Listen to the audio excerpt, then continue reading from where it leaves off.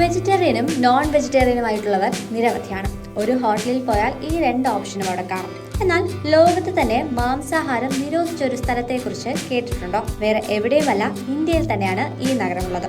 ഇവിടെ മാംസം, മത്സ്യം, മുട്ട എന്നിവ വിൽക്കുന്നതോ കഴിക്കുന്നതോ പൂർണ്ണമായും നിരോധിച്ചിരിക്കുകയാണ്. ഇവരുടെ വിശ്വാസമാണ് അതിന് കാരണം. ഗുജറാത്തിലെ ഭാവ്നഗർ ജില്ലയിലെ ഒരു നഗരമായ പാലിറ്റാനയെ കുറിച്ചാണ് പറഞ്ഞു വരുന്നത്. മാംസാഹാരം ഔദ്യോഗികമായി നിരോധിച്ച ലോകത്തിലെ ആദ്യത്തെ നഗരമായാണ് ഇത് അറിയപ്പെടുന്നത്.